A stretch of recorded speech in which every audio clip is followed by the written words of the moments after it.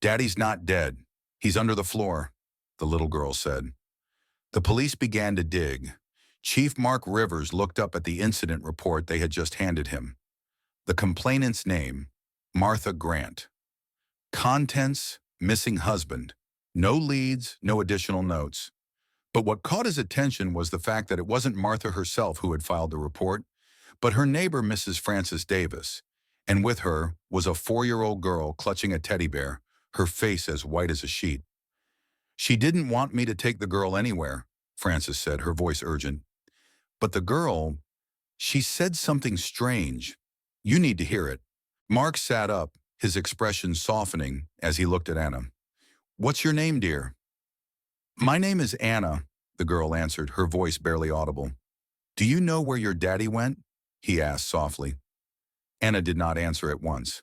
She looked up, her large dark eyes trembling, then said slowly, "Daddy's under the kitchen floor. The room has gotten very cold." Mark glanced at Frances. Her face had gone pale. A young officer nearby coughed softly, trying to hide the tremor. "What did you say?" Mark leaned over, his tone no longer gentle, but cautious. "Daddy's under the kitchen floor," Anna repeated, "where the tiles are lighter. Daddy's very cold." An ominous silence fell over the room. Mark immediately motioned for Lieutenant Richard Monroe to come closer. "Take Martha Grant to the station. Set up a crime scene investigation team. I want the scene examined within the hour." Less than 30 minutes later, Martha arrived, much calmer and more dry-eyed than Mark had expected. She was wearing a white blouse and black trousers, her hair neatly pulled back, her eyes free of panic or grief. "I told you before," Martha said calmly. "My husband Julian has a habit of disappearing for days at a time without warning. This isn't the first time." "You didn't find anything unusual about it?" Mark asked, his eyes never leaving her. "No," she said with a shrug. "I figured he'd come back like he always does," Richard interjected. "But the neighbors said they heard an argument and things being broken that night." Martha glanced at him, then sighed. "We had an argument. But who doesn't fight in a marriage?" Mark nodded. "Have you recently refinished the kitchen floor?" Martha hesitated. I retiled the floor because there was mold. Myself." "You retiled it yourself?" Mark asked, surprised. "Yes," Martha answered quickly. "I watched tutorials online." Richard pulled out a USB stick. "Your neighbor, Mr. Ernest Morgan, has a security camera.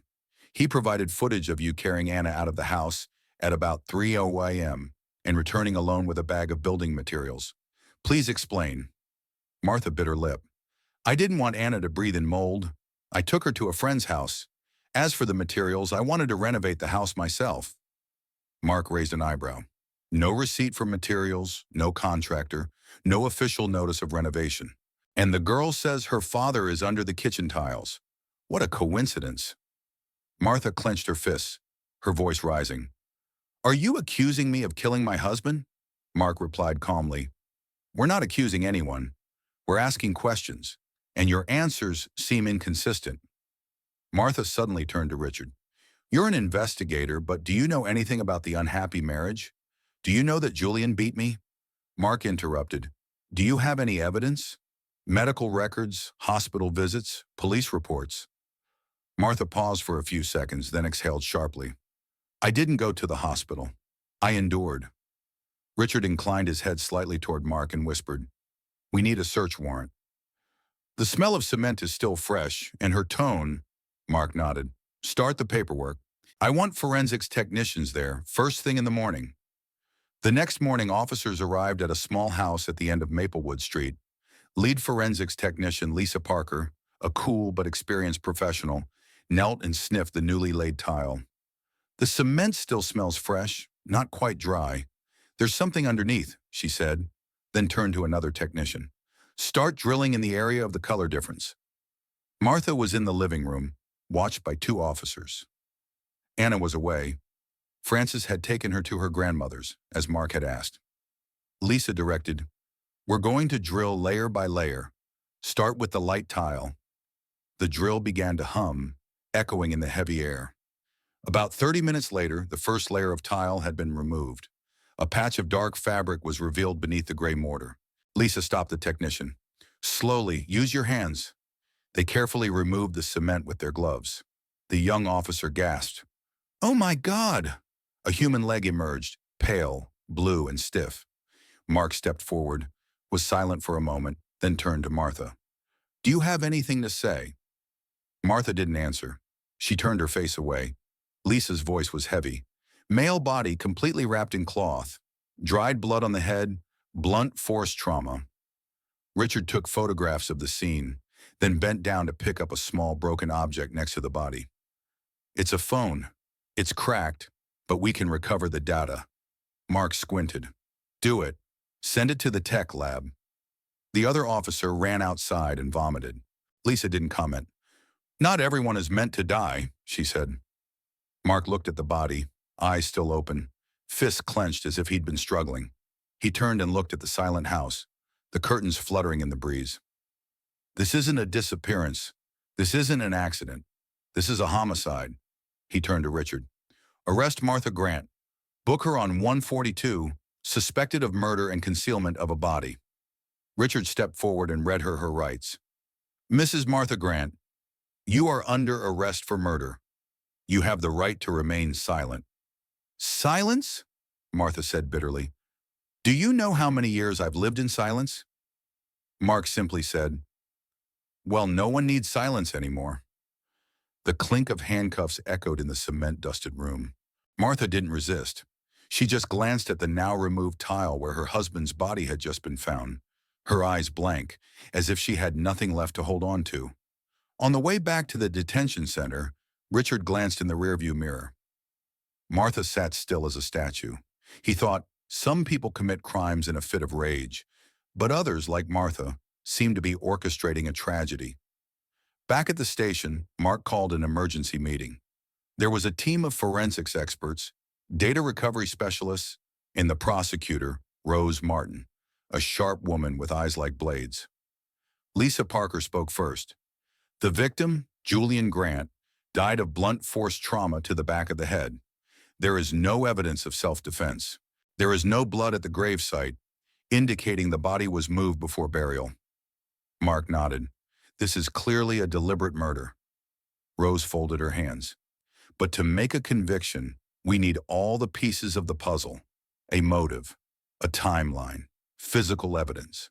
The girl, Anna, is the key, but the child's word is not enough. We need more. A young technician, Stephen Harris, stood up and introduced. We are recovering data from a smashed phone. Most of the memory is gone, but a few messages survived from before the phone died. He projected them onto the screen. A chain of messages appeared between Julian and Martha. Julian, Martha, I can't take this anymore. I'm filing for divorce next week. Martha, if you leave me, I'll make you disappear. Julian, don't be crazy. Think of Anna. Martha, Anna will be fine. We'll be better off without you. The room went silent. Rose frowned. That's enough to prove motive. Mark motioned to Richard. Send a team back to Martha's house. Look for deeds, loan documents, anything that points to a financial motive. 2 hours later, Richard returned with a box of papers. He pulled out a stack. This is the purchase agreement. Julian was the sole owner. We found evidence that Martha tried to transfer the property while claiming he was missing. He pulled out another stack. These are IOUs, nearly $240,000 taken out by Julian under the guise of investing in a small personal business. No repayment. Mark looked at Rose. Add financial motive to the threat. This scene is more than enough. That's not all, Richard added. We found frequent private messages between Martha and a man named Samuel Brooks on social media. Mark pounded the table. I want to talk to this man. That same day, Samuel Brooks, a tall man with neatly combed hair and a dark shirt, was brought into the interrogation room. He looked nervous, his eyes darting. How do you know Martha Grant? Rose asked bluntly. Samuel swallowed. We met at an investment group, chatted online, went out a few times. Were you romantically involved with her? Mark asked. Samuel hesitated. I had feelings, but nothing untoward happened. She always said her husband was terrible, and she was tired of being controlled. Did she ever talk about hurting him? Richard asked. Samuel took a deep breath. She once said, "I wish he'd just disappear, but I thought that was just a reprimand." Rose repeated the words. "Do you think Martha is impulsive?" Samuel paused. "No, she's more calculating than I thought." Meanwhile, at Carol's, Julian's mother's house, little Anna sat by the window drawing. Carol placed a glass of milk next to her. "What are you drawing, honey?" she asked softly. Anna pointed to the paper, a human figure lying under the tiled floor, surrounded by stacked tiles. "That's Daddy. He's over there." Carol gripped the edge of the table, her voice shaking. "Who told you about this?" "I heard," Anna said, still concentrating on the drawing. "Mom had a big frying pan. Daddy said, 'Don't!' and she hit him, hard. Then Daddy stopped talking." Carol winced, trying to remain calm. "And then what?" Mom said, "Don't tell anyone. If you do, our family will fall apart." Carol buried her face in her hands, tears streaming down her cheeks. In the interrogation room, Rose concluded, Martha didn't just kill a man. She staged a renovation of the house, created a false alibi by removing the child, and silenced the girl. That makes the crime even more serious. Mark nodded. "I'm going to recommend charges of premeditated murder, concealment of a body, and perjury. She must be punished to the fullest extent," Richard added. "Not just for Julian, but for Anna. This girl has lived a life of lies and abuse since she was 4. Rose glanced at her watch. "Prepare for the preliminary hearing. I want all the evidence organized. And remember, Anna's words may not be admissible as evidence, but they are the emotional core of this case." Mark stood, his voice grim. "We're not just seeking justice for a dead man. We're trying to save a soul that's already been damaged." On the way back to Carol's house, Frances asked quietly, "Do you think Anna understands everything?" Carol shook her head, her eyes red.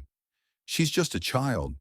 But the saddest thing is when a child understands too much, and no one lets her speak."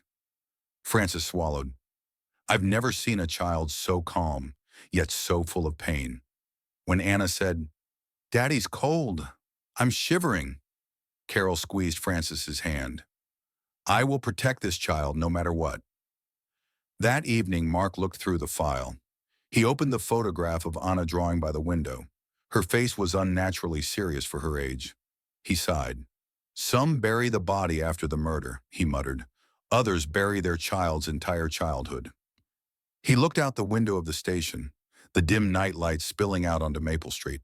Tomorrow, the case would officially move to the prosecution stage. The cement had dried, but the blood would never fade. The next morning, under the bitterly cold suburban Illinois sun, the forensic team and the task force assembled outside 17 Maple Street. The once quiet home was now surrounded by yellow tape. Nosy neighbors whispered behind the curtains, and a line of service cars lined the narrow street. Lisa Parker, the lead forensic technician, adjusted her rubber gloves, her steely eyes scanning the kitchen floor. She signaled for 2 members of the team to begin drilling into the recently tiled area. Part of the floor had been inspected the day before, but this time they would tear out the entire 16-inch thick cement base in the exact spot Anna had pointed out. The saw began to whine sharply. The tiles shattered into pieces. A sharp, acrid odor began to rise from beneath the floor, thickening the air. Detective Richard Monroe wrinkled his nose and stepped back. "The smell of decomposition," Lisa confirmed, her voice steady, unwavering. "Everyone back up. Hazmat team, go ahead." Forensic technician Thomas Daniels inserted a crowbar into the edge of the cement. After 10 minutes, damp earth began to emerge. "Careful," Lisa warned. "There is evidence of a buried object. Dig by hand." The whir of small shovels echoed in the silence. Layer after layer of thin earth was removed. Sweat rolled down Thomas's face, though the house was only about 65 pas de chambre. Suddenly he froze, his hands shaking. "There's something. I touched the fabric." Lisa immediately leaned over, shining her flashlight on the ground. "Stop! Clear the surrounding soil carefully." Everyone seemed to hold their breath. After nearly 10 minutes of careful digging, the edge of the large burlap sack was revealed to be dark, wrinkled, and stained with dark red stains that looked like dried blood. Richard stepped back, his hand instinctively going to his gun holster, even though he knew there was nothing alive beneath the earth. Take a tissue sample. Open the sack, Lisa said, her voice quiet but firm. When the zipper was pulled down, a wave of foul air rushed out. Thomas turned and vomited violently in the corner of the kitchen. Another officer had his hand over his mouth, his face pale. Inside the sack lay the body of a man, tightly curled, squeezed into the narrow space. His head was soaked with dried blood, a deep dent in his temple, clear signs of blunt force trauma from behind. Mark walked in, frozen when he saw the victim's face, distorted by decomposition but still recognizable. Julian Grant. The girl had been right. Richard stepped forward, his hands shaking as he photographed the scene, fighting back nausea. Lisa pulled out a small bag next to the body. Another piece of evidence, a broken phone. Send it to the lab. Full recovery, Mark ordered, his eyes still on the corpse. Lisa nodded. Body has been laying for at least 72 hours. No restrictions. Fatal blow to the head, consistent with a sudden blow from behind. Blood on the back and collar indicates he was attacked while standing, then fell and bagged. Richard was taking notes, so Julian didn't even have time to fight back. Death had been quick. Lisa added, no defensive wounds to the hands? The left hand is still clenched, probably the last reflex before unconsciousness. Another forensic scientist, James Morgan, quietly pulled back the remains of the burlap. He winced when he saw the digital watch still attached to the corpse's wrist. The screen was cracked, but the hands were stopped at 2:42 a.m. That could be the time of death, Lisa whispered. It matches the CCTV footage of Martha leaving the house with Anna. Mark turned to Richard. Call Rose. Tell her to prepare an indictment. This is clearly murder. There's no argument. In the central holding cell, Martha Grant sat on a narrow metal cot, her eyes empty as she stared out a small barred window. When the door opened, Rose Martin walked in, holding a thick file. Do you have anything to say? Rose asked sharply. No, Martha said, her voice empty. We dug up the kitchen floor. Julian's body was there. The dark bag, the blood, the blow, the phone, the broken watch that had stopped when you took your daughter outside. Nothing to add. Martha smiled weakly, bitterly. I think you're glad you were right. Rose leaned forward. I don't need to be right. I need the truth. And you need to decide whether you're a murderer or a victim. Martha didn't answer. She stood up and began to pace slowly around her cell, not looking back. She said, Julian said he was leaving me. He said he was going to take Anna. I couldn't let that happen. Rose narrowed her eyes. Are you admitting to killing your husband? Martha was silent. You planned it all, pretending to take your daughter away as an alibi, buying materials to redo the floor that same evening. It wasn't anger. It was calculated. It drove me crazy, Martha whispered. I felt like a ghost. If I hadn't struck first, I would have disappeared. Rose's voice turned cold. You could have divorced him. You could have reported him. But instead, you chose murder and buried him under the very floor where your daughter plays every morning. Martha clenched her fists, her voice sharp. I don't regret it. In the digital forensics room, technician Stephen Harris sat at his computer, his eyes glued to the screen. A short video had just been extracted from the damaged phone. It was only 38 seconds, but it was priceless evidence. Mark and Richard stood behind him. The screen showed footage from the night, apparently taken from a closed-circuit camera mounted high in the corner of the kitchen. In the video, Julian was facing Martha, holding a small suitcase. Martha, I'm leaving. My lawyer will contact you in the morning, he said clearly. You're not going anywhere, Martha replied, her voice quiet. I don't want Anna to see this. Don't make things worse. Julian turned away. Martha picked up what looked like a cast-iron skillet and rushed behind him. The video stopped at that very moment. Stephen's voice shook. That's it. That's the entire clip. Mark clenched his fists. We have everything we need. Now we wait for the trial. That night, Carol held Anna in her arms. The girl fell asleep after the nightmare, her hair wet with cold sweat. Carol whispered, Your daddy will be heard. And you will live as a child again, not as a witness to a crime. Outside, rain began to fall, light but cold, and beneath the dismantled floor tiles, The kitchen was now empty, but the memory of death remained, soaked into every tile, every grout line, like the last breath of a betrayed person. The formal preliminary hearing was held in Illinois Regional Court. Inside, the air was so heavy it felt suffocating. Martha Grant was brought in wearing a gray prison uniform, her hair no longer neatly combed as it had been on the first day. There was still defiance in her eyes, but there was also weariness and strain. Across the table sat Prosecutor Rose Martin, her face as sharp and cold as ever. Beside her sat Detective Mark Rivers and Investigator Richard Monroe. In the public benches sat Carol, the mother of Julian's victim, quietly clutching the hand of her granddaughter Anna, who sat obediently next to her. Rose began calmly, "Mrs. Martha, today we are giving you the opportunity to tell the full truth. This is your last chance to explain your actions. If not, there is sufficient evidence to charge you with first-degree murder." Martha smiled bitterly. "Really? Since when do people in handcuffs get to tell their story?" Mark replied coldly. "Since the moment you took a cast-iron skillet and ended your husband's life. Since the moment you turned your kitchen into a tomb for the man your daughter called Daddy." Martha glanced at Carol and Anna. Her eyes wavered for a moment, but quickly returned to calm. "Julian was not the saint you all take him for." Richard raised an eyebrow. "Explain." Martha licked her lips, then began to speak, each word measured and emotionless. "When we first married, Julian was gentle, kind. But then he changed. He began to control me, questioning every message, every social interaction.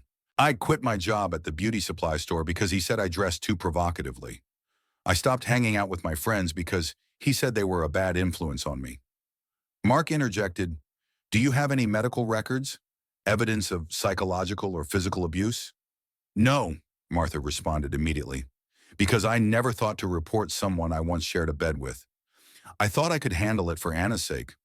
Rose raised her hand. "But according to the records from Julian's therapist, Dr. Fred Sanders, you were the one exhibiting the controlling behavior.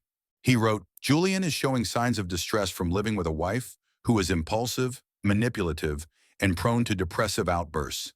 "He made that up," Martha said through clenched teeth. "Then what about your texts to your ex-best friend, Laura Mitchell?" Rose read aloud.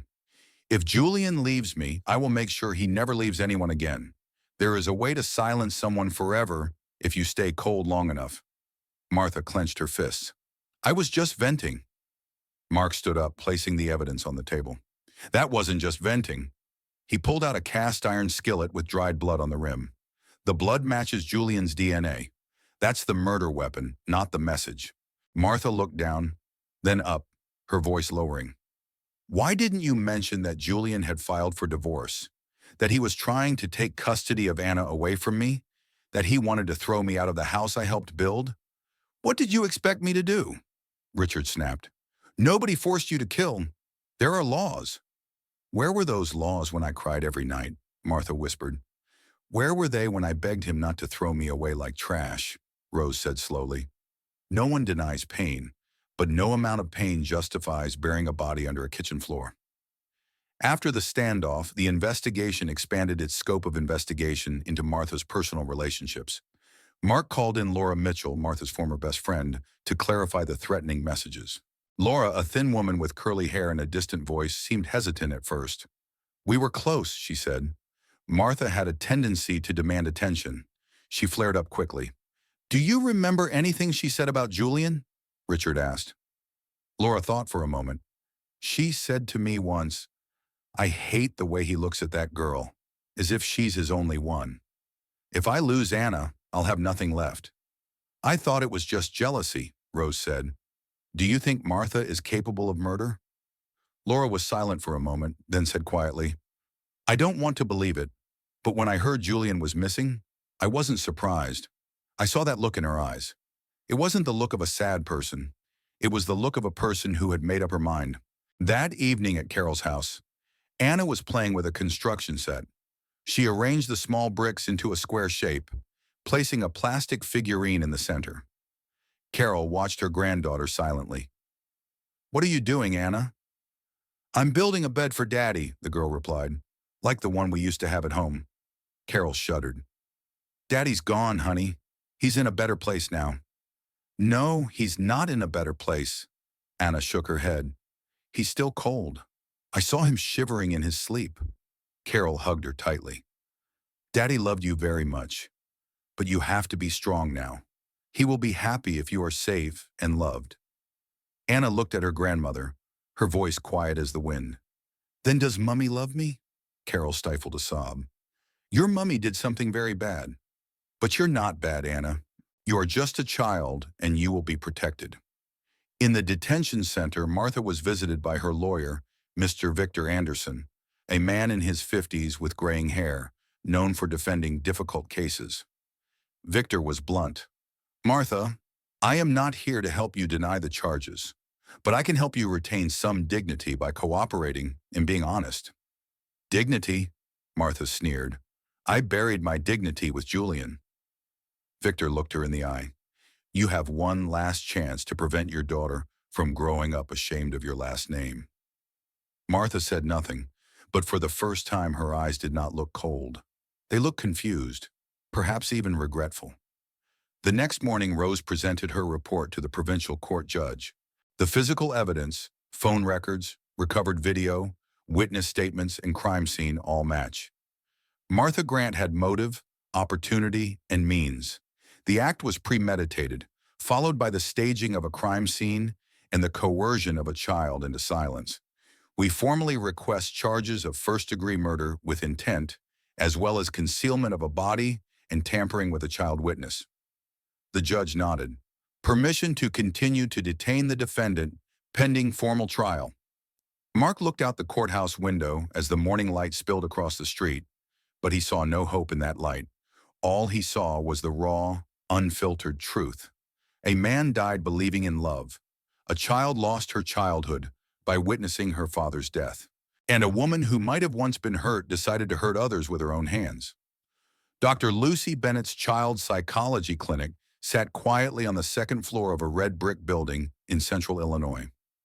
Carol held Anna's hand as they walked in, her face tense despite her efforts to remain calm. Anna hadn't spoken all morning, just clutching her old teddy bear, a birthday present from Julian last year, and walked slowly. A nurse named Diane Johnson greeted them. Hello, Mrs. Carroll. Can Anna come with me? Carol looked at her granddaughter and nodded softly. I'll be right here, honey.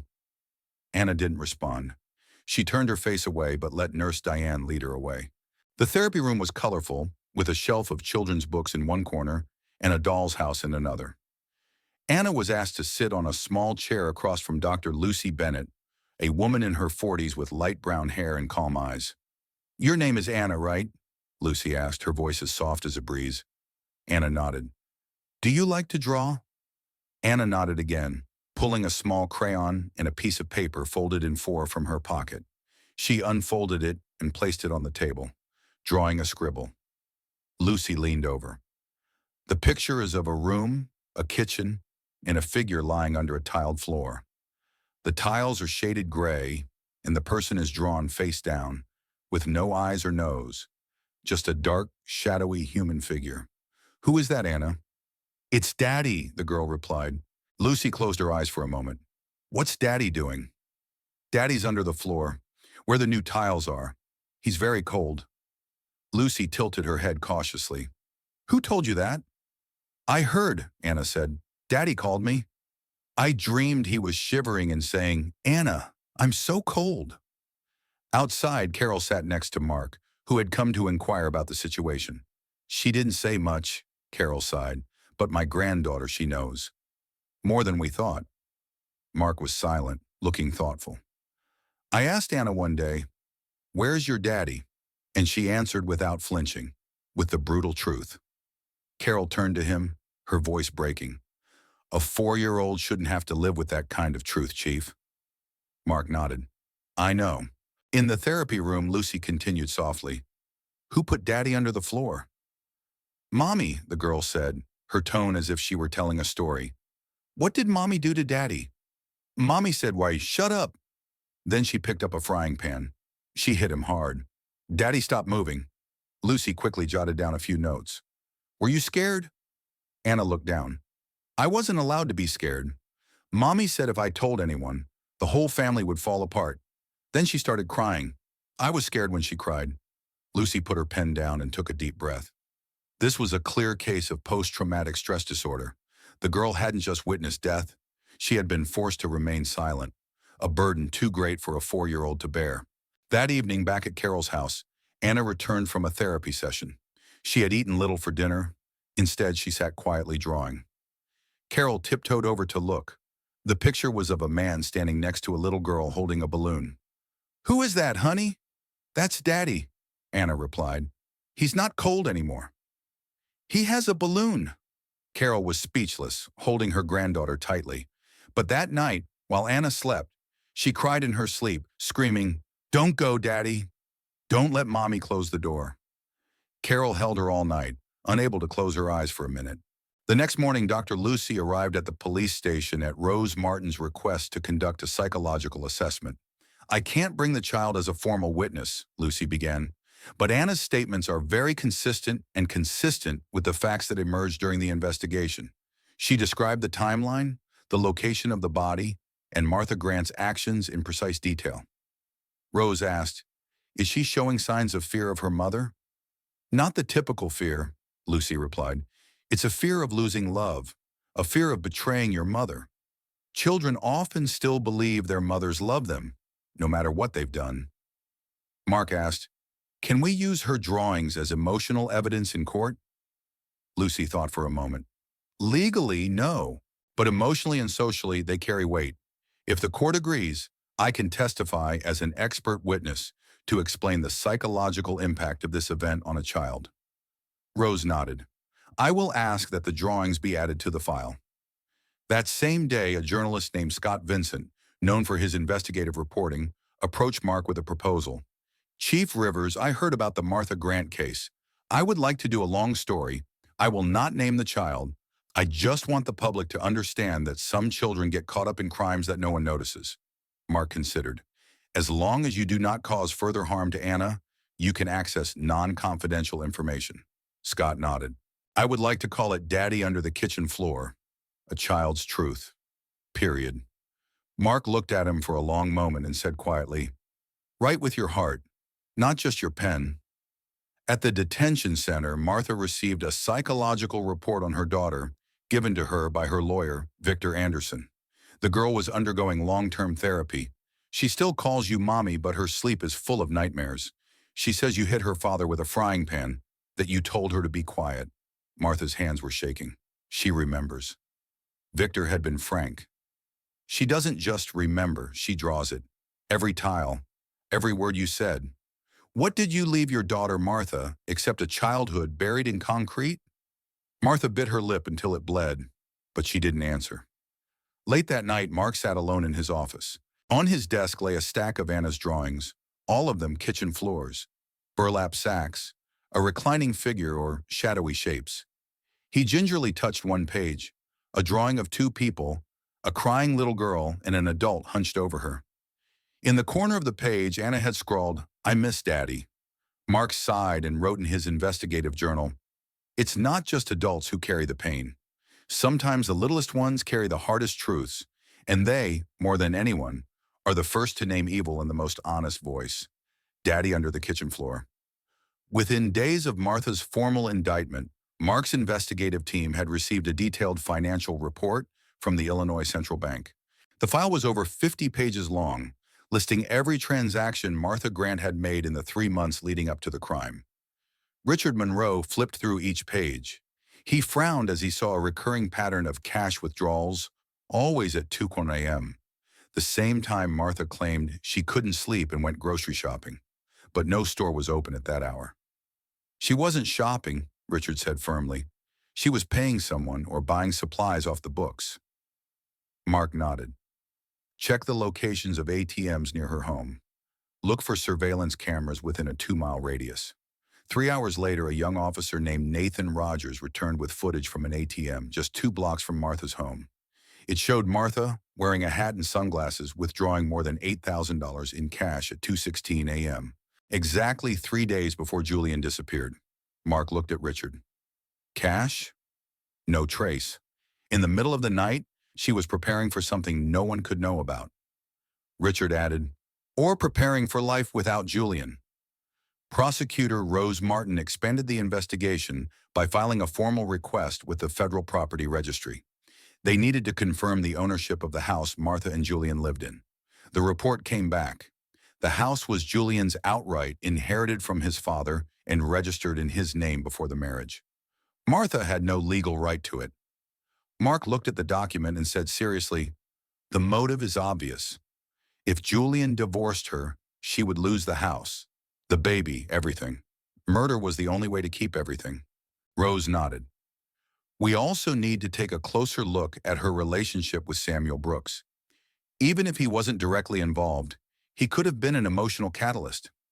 Samuel Brooks was summoned a second time. This time there was no coffee, no water, no smiles. Mark and Rose sat across from him in a cold gray room lit by harsh fluorescent lights. "We checked your phone," Rose began. "There are hundreds of messages between you and Martha. One," she said, "says, 'I'll be free soon. Wait for me.' And you responded, 'Don't do anything you'll regret.'" Samuel swallowed. "I didn't know anything about the murder, but you knew Julian was filing for divorce." Mark pressed. "Yes, Martha told me. She said Julian was going to take Anna. She broke down. I thought she just wanted someone to talk to. I didn't know. I didn't think." "Did she promise you anything?" Rose asked bluntly. Samuel hung his head.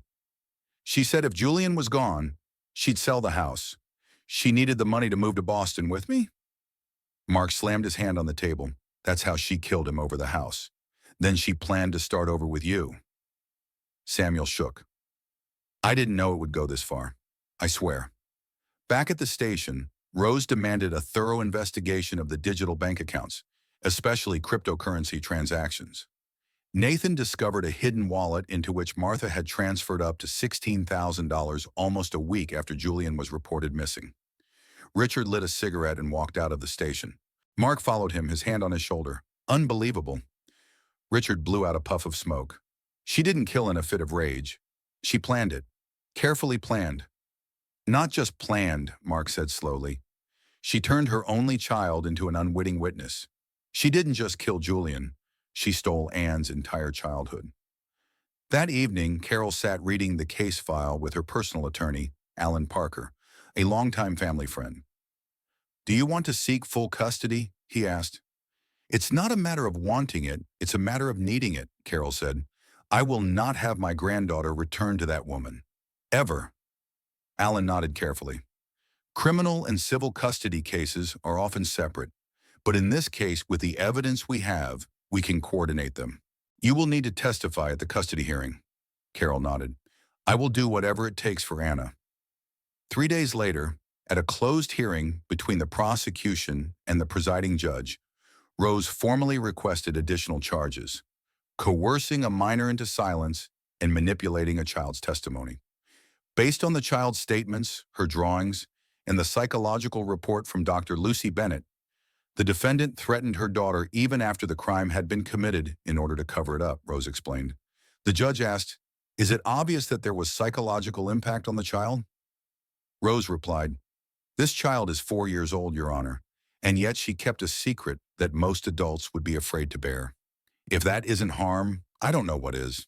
Mark added, "We also asked the court to consider the financial fraud that occurred after the murder, namely the act of misappropriating the victim's property." The judge nodded. "I approve the additional charges. The case will be tried under the category of particularly aggravated circumstances." A week later, Dr. Lucy brought Anna to group therapy. There were 4 other children in the room, each carrying a different kind of pain. One had lost his father in an accident. Another had been abandoned by his mother. Lucy invited the children to draw a picture of a place where they felt safe. Anna drew a picture of her grandmother, her teddy bear Pepo, in a chair next to the window. But in the lower right-hand corner, there was still a black figure lying under the floor. Lucy sat down next to her. "Who is it, dear?" "It's Daddy," Anna answered. "Where is Daddy now?" "Daddy's resting, but he told me not to worry. He said, 'You did the right thing, Anna. You've made sure I'm not forgotten.'" Lucy bit her lip, her eyes watering. She wrote in her healing journal, "No one is born to keep the secret of death. But Anna, with her innocent words, "Daddy's under the kitchen floor," opened the door to justice. She's more than a witness. She's the first light in the darkest room.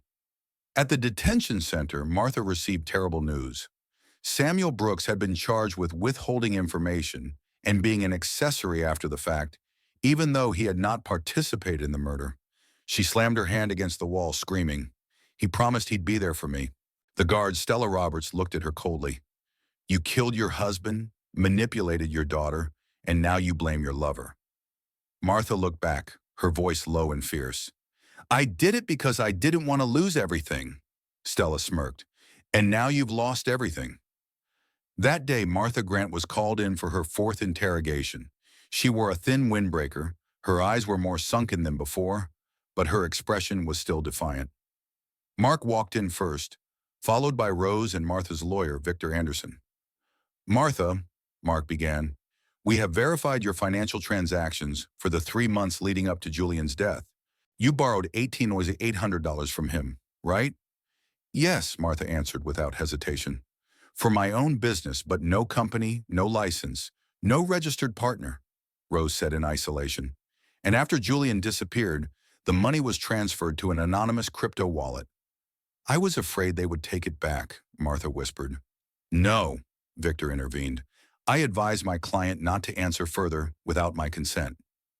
Martha looked at Victor, then laughed bitterly. "A lawyer can save your life, but not your name."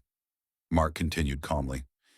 "We also discovered a frequent connection between Martha and a man, Samuel Brooks, an ambiguous relationship, repeated in hidden messages. You called him your runaway angel." "It's personal," Martha said, her lips trembling. "No, Martha," Rose interrupted. "When your husband is hit over the head, stuffed in a bag, and buried under the kitchen floor, it's not personal anymore." Rose then presented a handwriting analysis comparing Martha's handwriting with the threatening notes found in Julian's diary. The conclusion, the handwriting matched, including the pressure, the sequence, and the distinctive loops or shapes that belonged to the same person. One note stood out. "If you leave me, I'll make sure you have no one to leave." Mark read it aloud, then closed his eyes. It hadn't been a sudden impulse. It had been a deliberate plan. On the morning of November 14, the Illinois Provincial Court opened a preliminary hearing in the case of Martha Grant, who murdered her husband, Julian Grant, in one of the most shocking cases of the year. Although it was only the first hearing, dozens of reporters, journalists, and citizens filled the courthouse lobby. When the courtroom doors opened, all eyes turned to the woman in the light gray prison uniform, Martha Grant. She did not bow her head, did not hide her face. She walked straight, her gaze cold. Beside her stood defense attorney Victor Anderson, his expression intense but professional. Mark Rivers and prosecutor Rose Martin were already in their seats. On the public stand, Carol held Anna tightly in her arms. The little girl wore a white dress and clutched her teddy bear, Pepo. No one asked for her presence, but Anna said, "I want to be here for Daddy." The court bell rang. The presiding judge, John Harris, a stern man of Grenadian descent known for his sternness, banged his gavel. "We begin with the prosecution's statement." Rose stood, her gaze as sharp as a blade. "Your Honor, members of the court, we present not just a case of murder today, but an act of betrayal in its most brutal form. A wife who killed her husband when his back was turned, then buried him beneath the kitchen floor where their young daughter sat every day to eat her porridge." There was complete silence in the courtroom. "We have irrefutable evidence, threatening messages to the defendant's victim, a recovered video showing a violent act involving a blunt object, financial records indicating suspicious cash, withdrawals, and untraceable transfers, and above all, the testimony of the victim's young daughter, who unknowingly revealed the truth with one simple phrase, 'Daddy's under the kitchen floor.'" Rose turned to the jury. "We cannot allow this child to grow up in a world where silence after a murder can be a weapon, especially the silence of a child." Quiet applause erupted from the back row. Judge Harris banged his gavel. Victor stood and walked to the center of the courtroom. "I do not deny that what Martha did was wrong, but I ask the court to understand that some people are pushed to their limits. Martha had been under Julian's control, emotionally abused for years. She was acting out of a mental breakdown, terrified of losing her child, her home, her entire life. She was not a cold-blooded killer. She was a desperate mother. A murmur swept through the courtroom. Rose stood up abruptly. If Martha was afraid of losing her child, why had she done something that would ensure that Anna would lose both her parents? Victor didn't answer. He hung his head and then said, "Your Honor, with the court's permission, I would like to present the child's testimony, as interpreted by her psychologist, through a drawing that captured the child's truth about the incident." Rose did not object. The police officer placed the drawing on an easel in the center of the courtroom. It showed a man lying under a tile floor, with unevenly laid tiles all around him. Next to him stood a woman holding what looked like a frying pan, and next to her stood a little girl crying. The entire courtroom fell silent. Judge Harris asked, "Was this drawing made by a child after the incident?" "Yes, Your Honor." It had been made during a therapy session, without any instructions, and underneath the picture, she had written, "Mommy said to be quiet, but I still heard Daddy say he was cold." Martha hung her head. She didn't dare look at the drawing anymore. Carol leaned toward Anna and whispered with tears in her eyes, "You told the whole world what your father was like."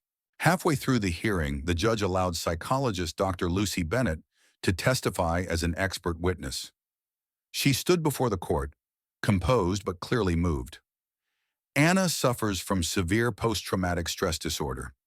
Despite being only 4 years old, she described the sequence of events in detail that matched the forensic findings. In particular, she said, "Mummy hit hard. Daddy didn't talk anymore. Mummy said I had to be quiet." A member of the jury asked, "Do you think a child that age could make things up like that?" Lucy replied firmly, "No. A 4-year-old child couldn't create such precise images unless she had witnessed it firsthand or heard it so clearly that it was etched in her memory." The judge nodded. "Thank you, doctor. Although the child's testimony cannot be used as formal legal evidence, it will be noted as an important social factor in this case." The hearing dragged on into the evening. Finally, Martha was asked to make her closing statement. She stood up and walked slowly to the center of the courtroom, her eyes no longer sharp, but empty and indescribably colorless. "I have no defense left.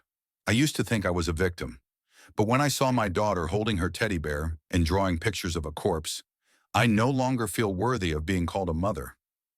Mark looked at Martha, then turned away. Richard closed his eyes. Rose's hand tightened on the table. Martha looked at Anna. "You did the right thing, Anna. I was wrong. I'm so sorry." She bowed her head. "I accept any sentence. I just ask that you please don't send my daughter back to that house." Judge Harris banged his gavel. "This trial is adjourned.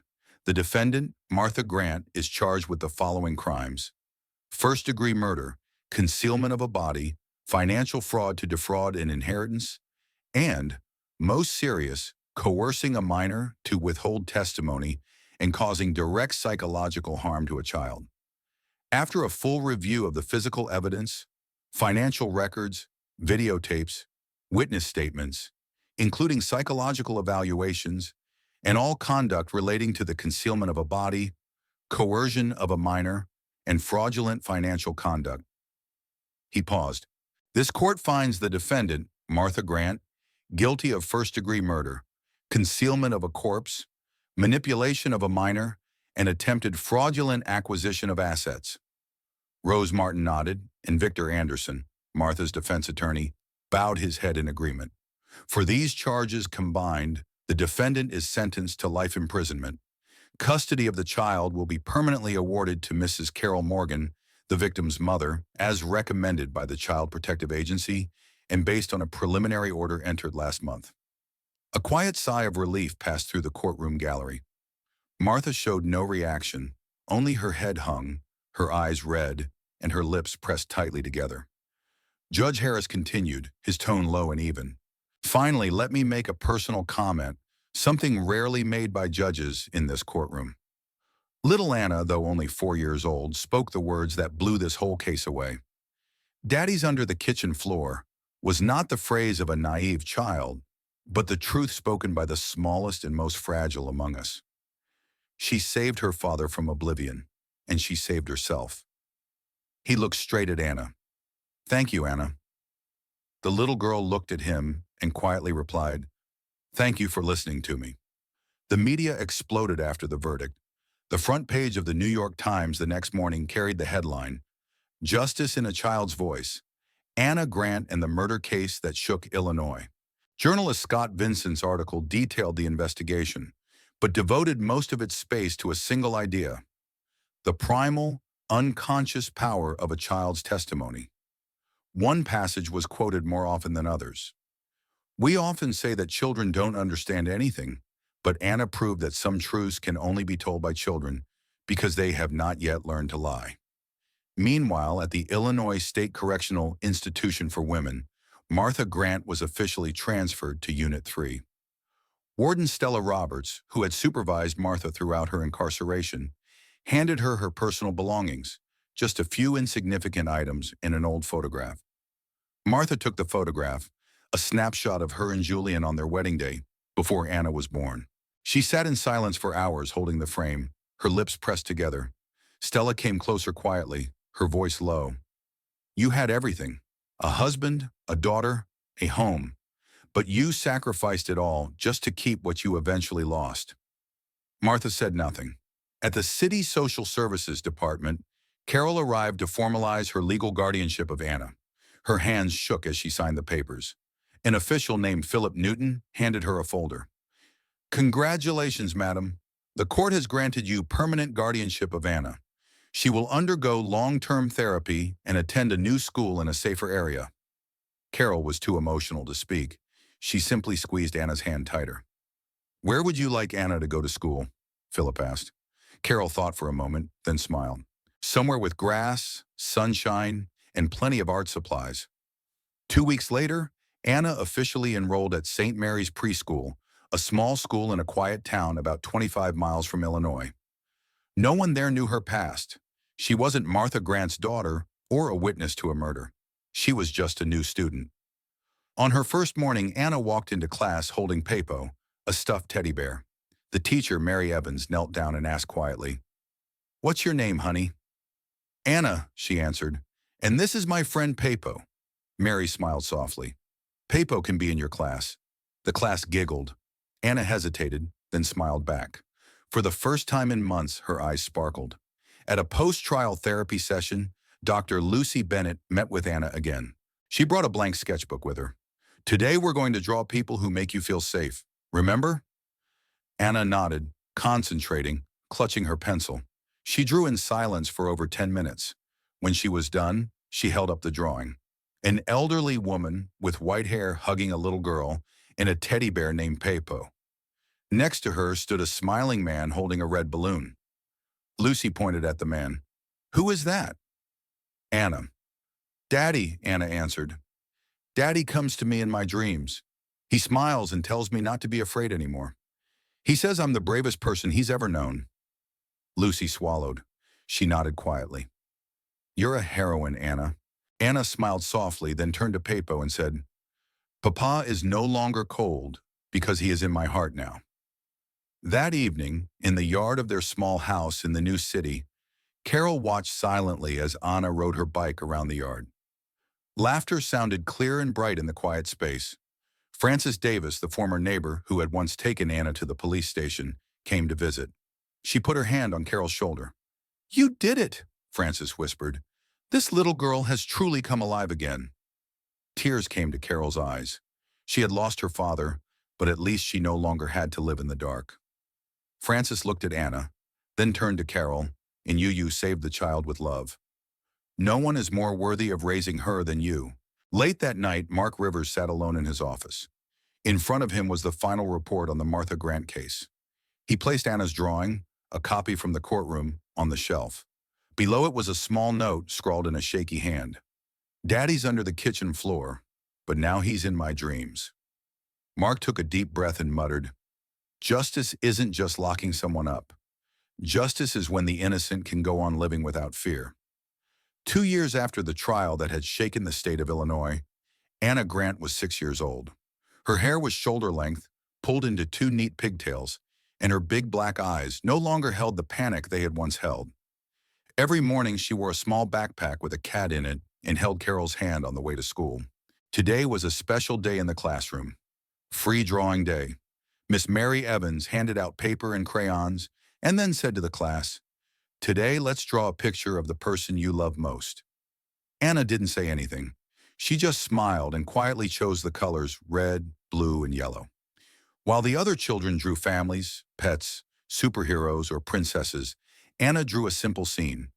A little girl stands next to a tall man holding a red balloon. They are both looking at the sky. "It's ready," Anna said, holding up her drawing. Miss Evans leaned over and asked softly, "Who is this?" "Anna." "It's Daddy," Anna answered. "What does Daddy do?" "He watches me grow up. In my drawing and in my dreams." That day, Carol came early to pick up Anna. They walked hand in hand through the park, passing the stone bench where Julian used to sit and read every weekend. Carol said nothing, just looked at her granddaughter, holding her hand tenderly. "Grandma," Anna said suddenly, "is it true that people never really die as long as we remember them?" Carol shuddered slightly. "Why do you ask that, dear?" "Because I dreamed that Daddy was standing on a cloud," Anna said. "He waved at me and said, 'Thank you for not being afraid to tell the truth.' Then he flew away, but his shadow remained." Carol's voice wavered. "Yes, your daddy is still here, in your heart, and in every drawing, every dream." Anna squeezed Grandma's hand tightly. "I will never forget Daddy." That night, Anna wrote in her diary, "People think I'm too little to understand, but I do. I know how to keep Daddy with me, not by holding his hand, but by remembering. Dad used to be so cold, but now he's not cold, because he lives in my smile every day." This story reminds us that the truth will always find its voice, even if it comes from a 4-year-old. With one seemingly innocent sentence, "Daddy's under the kitchen floor," Anna broke the silence full of darkness and brought justice to her father. From her, we learn that children's feelings and words should never be ignored, because sometimes they see what adults choose to ignore. Love, timely care, and faith in justice are what can save a little soul from the shadows. If you enjoyed this story, we invite you to like it and subscribe to our channel. Your support motivates us to continue bringing touching stories almost every day. We are very grateful for your support. See you soon.